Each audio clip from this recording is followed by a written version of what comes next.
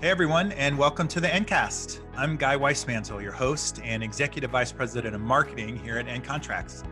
In this podcast, our subject matter experts from across the company will be talking with industry thought leaders about relevant topics and trends in compliance and risk management for financial institutions.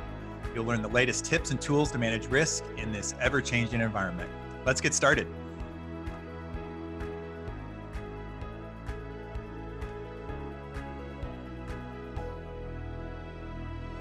Good afternoon, and Greg, thank you for taking some time out today. It's really excited to speak with you, not only for your time in the industry, but also in the role, in your most recent role that you're holding as the chairman of the State Liaison Committee to the FFIEC. I mean, it's definitely something that definitely, again, makes it very exciting for me to talk with you.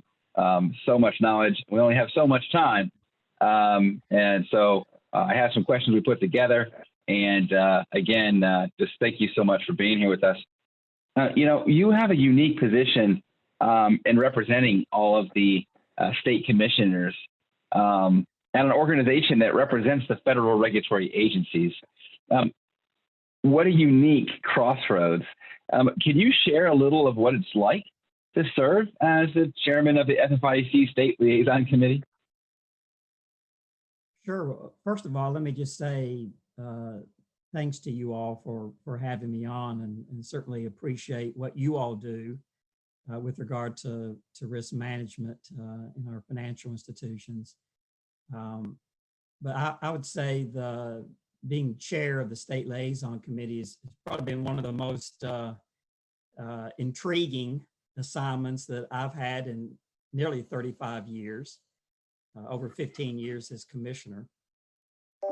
And the reason it's been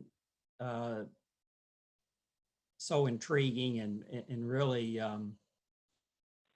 has helped me in my job as commissioner in Tennessee is that we do get to work with all the federal banking agencies. And at the same time, as chair, I'm representing every state. We do have 4 other banking commissioners on the State Liaison Committee.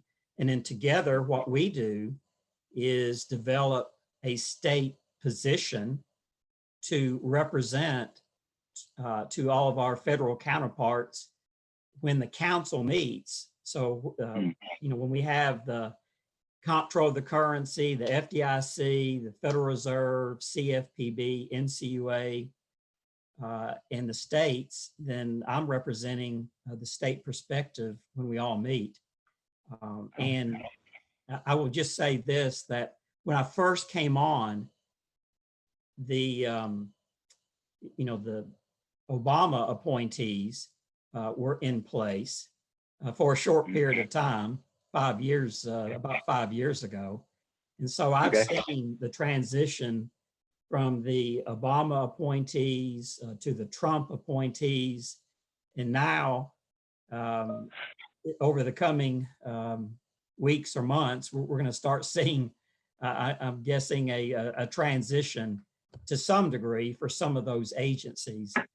And that's been really interesting to see because it does impact approach, it impacts philosophy, and it's been pretty unique from that perspective. Man, thank you so much. It's because of the natural transition of things as different, parties really attain that seat.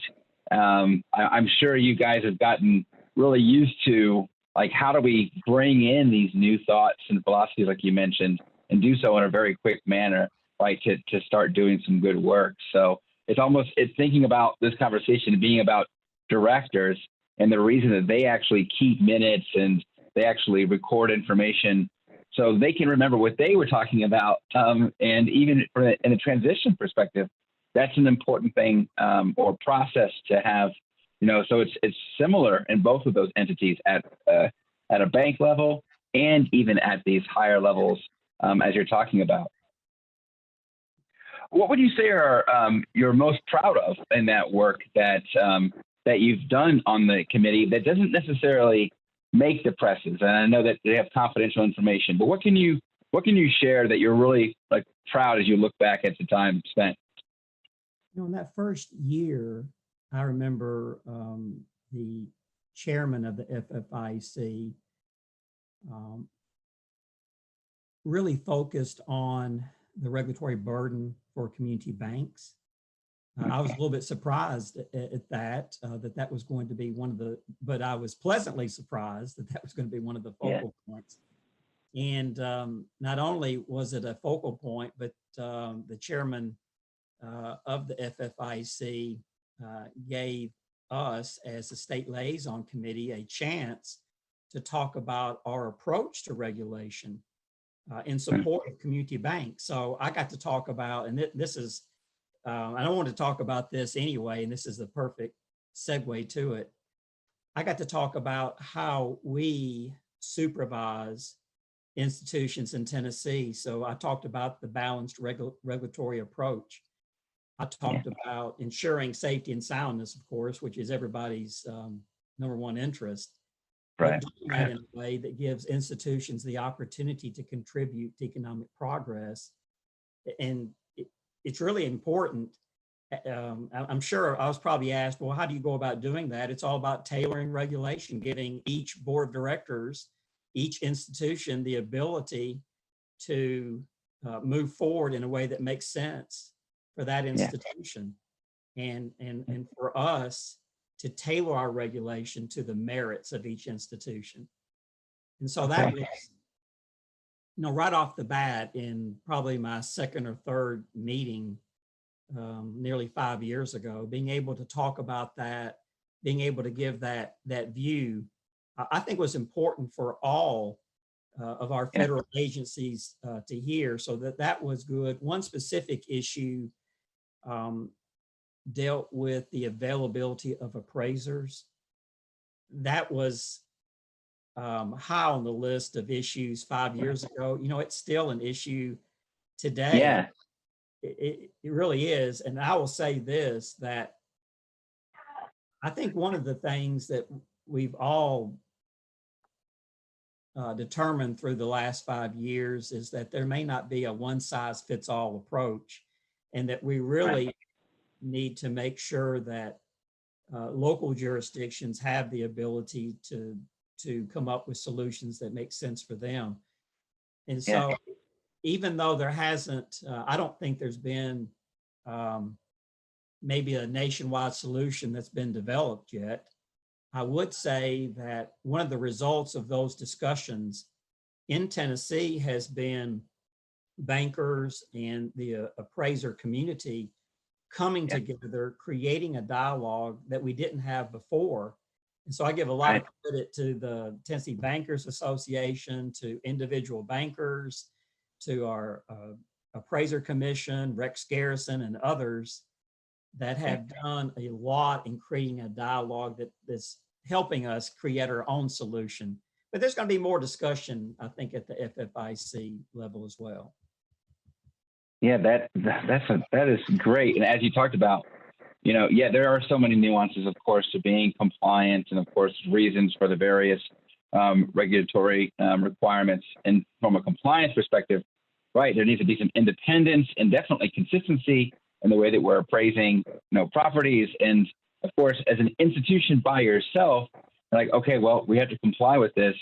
But it's good to hear that on a more global kind of stage, or national at least, we are thinking about, can you get that done, and what's the reality of being able to have your appraiser relationships be compliant. So it's great to hear that we are thinking about, like, what is the reality of this, and can we get those things done, right? So I actually wanted to kind of switch up a little bit here. There's one question that I'm really excited to ask you. I'm actually going to read directly from this because I'm really interested to hear your thoughts on,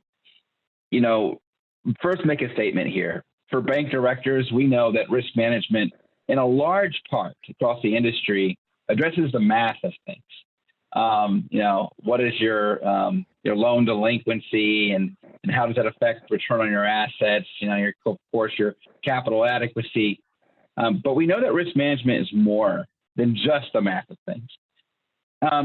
What would you say is the best method for directors to link operational aspects of risk to the financial aspects of risk, but in a way that's realistic? Because it's again common for the math of things, as I call it. And so when we say, well, are we considering operational risk? And for some directors, I would imagine that may seem too big of an undertaking. How would I even do that? And what makes sense? So I know there's kind of a lot to unpack there, but talking about the math of things, talking about the operational risk side, and what would you recommend to directors to actually start thinking in that way and linking those together? Well, let me just talk about this at a pretty high level. The way that when I sit down with the board over the last few years, maybe how I've talked about it with them. And let me say this first off, with regard to how we look at directors. Our directors of financial institutions in the state, they're the backbone of the system. We can talk about policies and procedures and systems and a variety of infrastructure issues. But when it comes down to it, it's all about people. It's all about leadership, being able to take all the tools and move forward in a strong way. And so our directors are just critical. They have been for decades. They will continue to be. And sure. I would have to say, over my 30 plus years in the department, our directors have been very good in working through a lot of different situations. I would say that the most important function of a board is to ensure that there is appropriate management in the institution, monitor the results of management, and then assess those results. I'm hoping that directors have a long-term view of things at this point, particularly in the midst of a crisis. I hope there's still a long-term view, although I know that there'll be in-game adjustments along the way. I'm interested, when I sit down with the board, I'm interested in knowing what the board's risk appetite is and how the board establishes that and monitors that through guidance and through policy limits. There very well may be the adjustments that need to be made, but I hope all of that happens through a thoughtful discussion, through appropriate strategic planning on an ongoing basis. One thing that I really hope that boards think about is, is anyone getting surprised when we provide our exam results or they receive audit results?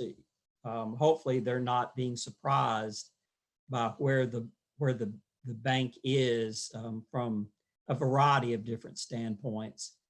I'm hoping that that boards are engaged in thoughtful discussion. If there needs to be a change in direction, it doesn't happen incrementally through lots of exceptions, but through a thoughtful discussion. So I really just, I start with that sort of high level view of risk management and what's the risk appetite of a board. I'll also mention this from a philosophical standpoint. I'm sure that there are boards that I'm sure there's directors bringing all kinds of a wealth of experience in the community to being a sounding board, so to speak, for day-to-day management. But at the same time, I'm hoping that directors are able to anticipate, to look beyond where we are today. What is going to be the environment that they're operating in once we get past this crisis? I think about a couple of areas off the top of my head. from a commercial real estate standpoint, from a retail standpoint. What's that going to look like? How does our institutions model fit into that? What kind of considerations are we going to have to make? And then from a cybersecurity standpoint, you all know very well what's happened with respect to doing business with institutions, online banking, ensuring cybersecurity. That is, these things, I'm just looking forward to talking to directors over time to see how they're addressing these things. What kind of challenges, what kinds of issues are they dealing with? And, I will say that I've got a conversation coming up with the group just later this week, and those are some of the questions I'll be asking. Yeah, I shouldn't be surprised. I kind of wrote down here as you were responding that you speak in the sense of the fundamentals of risk management, and just naturally, you talked about, ensuring identifying expectations, and monitoring those expectations, and assessing those results. And it's like the foundation of risk management. So, Sarah, I'm not surprised that you'd respond in that way. The risk appetite part that you mentioned, or the aspect, it is so important. We see a lot of financial institutions in the industry, and while our risk appetite is expected to be in place, of course, it's something that's even requested during an examination process. And I like that you brought in that your risk appetite should support your strategic objectives. And I think, though, it seems daunting to some that they need to be perfect in the assignment of a risk appetite and perfect in what is our specific strategy and what can we do. How can we state it in a way that doesn't seem too overblown? Do you have anything to add as it relates to the relationship between strategic objectives and the risk appetite and people's, I guess, just general fear of, it's almost like analysis by paralysis. They're afraid to set it because they might have to change it. Well, I'll just say this. I think we're all working to better understand the environment that we're operating in. That is, directors, examiners, all of us are. There's no question about it. So right. We're all working through this together. From an exam standpoint, if you look back at the June examiner guidance that came from both federal and state regulators, there's an understanding that this is going to be an evolving process. We want to see what the risk assessment is key out of that June guidance. There's flexibility given to examiners, and there needs to be. That fits in perfectly with our culture in our department. It fits in perfectly with our mission. We want to tailor our regulation to the merits of each institution. There's no one size fits all. Every board is dealing with its own set of facts and circumstances, and they're trying to anticipate what's going to go forward. I think that a thoughtful, ongoing risk assessment is just absolutely fundamental. I mean, it always is, but in this kind of environment, one of the things that the June guidance talks about in giving guidance to examiners, this was made public back towards the end of June, was for examiners to try to distinguish between those issues that were outside of the control of the board and management versus those issues that could reasonably be inside the ability of management to control. So the ongoing monitoring and the risk assessment is important. Taking a thoughtful step back as you see things develop, ongoing review of the strategic plan. Maybe this is what is needed in this kind of environment, trying to anticipate on so many of these issues. Once again, I think about the retail issues. I think about office space. I think about cybersecurity, the SolarWinds issue. There is so much on top of our boards today. I would just encourage an ongoing dialogue with day-to-day management, and then trying to anticipate going forward. We really do look forward to just having some of these conversations with boards. Yeah, well, yeah, exactly, sir. So, I just want to kind of compound a point or bring it to a little more light on what you said about risk assessments are so foundational to risk management. Definitely agreed. And the ongoing understanding of risk through the risk assessment process, it's not a one and done thing.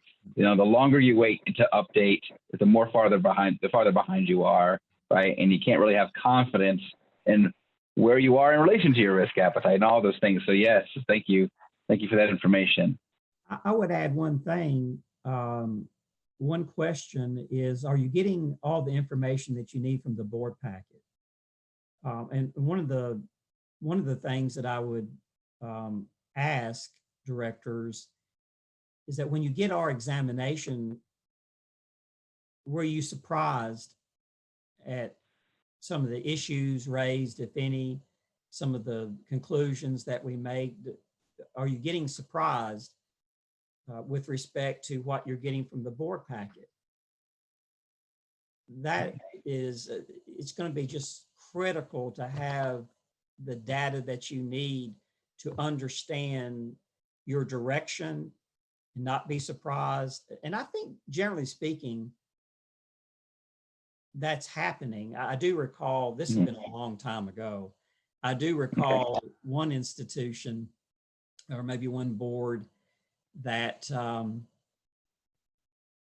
during the exam or after the exam was quite surprised at where it found itself. And that doesn't happen very often, but that one really made an impact on me. So I do ask the question, are you getting the information that you need? Are you getting surprised by where the institution is at the end of the day, or where it's heading? Yeah, right.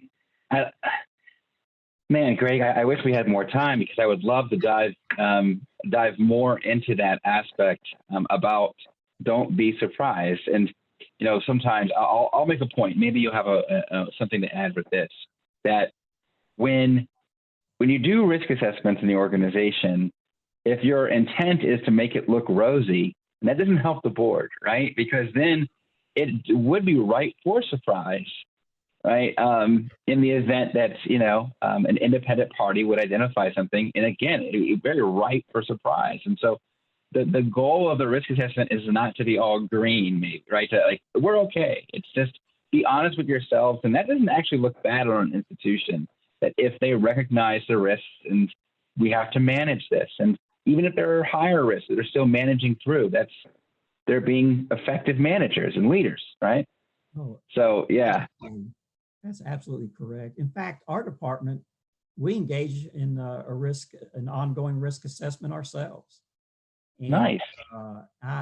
We report out to oversight bodies that look at state agencies. We have our ongoing risk assessment. So we're doing the same thing. And, it's not a one and done every year. This is an ongoing. I have periodic meetings throughout the year with leadership and with our internal auditor and with others, looking at where are we? We've done we engage in a 1 year and a 4 year strategic plan with the governor. So we are constantly assessing. And as you can imagine, in out of a COVID environment, we've had to reassess some things, and it impacts our risk assessment. So we understand what boards are going through, because we do the very same thing. That is great. That I've got a military background, and and there's, for every leader, you have to really know the job that you expect others, or that if you were to sit and provide some guidance. And that's just so great to hear. I guess I never thought about it, but that is great to hear, Greg. So I really, again, I wish I could have even longer to talk with you. So I'm going to ask one more question. If you had, this is a pretty general question for you, but if you had to give one piece of advice to board of directors, and I know you've given some really great points so far, what would that be, Greg? A couple of things very quickly. One is just pay attention to the fundamental duties of every director, duty of care, the duty of loyalty, making sure that you're diligent, making sure that you put the institution's interest above personal interest. And I know that's what's happening out there. It's a good reminder. It's a good reminder. I talk about those things in one-day seminars that we give to new bank directors. I get to talk about those things. Well, it means a lot to me. And I would say when you get our exam, if there are issues, if there are questions, ask about those questions. What would a reasonable director do with that kind of information? Ask, would it be asking certain questions? Would it be taking certain actions? And then finally, with respect to our examinations and the ongoing risk assessment that you all do, that directors engage in, what I would say is reach out to your examiners, certainly at the beginning of an exam, throughout the exam, outside of the exam. Let us know your approach. Don't hesitate. We have to make judgments. We're going to be fair, but we're going to tell it like it is and provide the best assessment that we can to institutions. So help our examiners, help us understand your risk approach and what you're trying to achieve and how you're going about it. That right there is probably the most important thing that I could relate today. And what a punctuation on limit surprises, right? That's great. Great, sir. Oh, again, thank you for your time. I hope we could talk again at some point. This has been a great conversation with you, Greg. And so again, thank you for everything that you shared, and have a great year ahead. Thank you. You too. Hey everyone, that wraps up another great episode of the Ncast, where we are able to talk with people on the front lines of risk and compliance across the financial services industry. If you liked what you heard, please leave us a review. And if you're not subscribed yet, we invite you to do so on your favorite podcast platform. Thank you so much for listening, and we'll see you soon.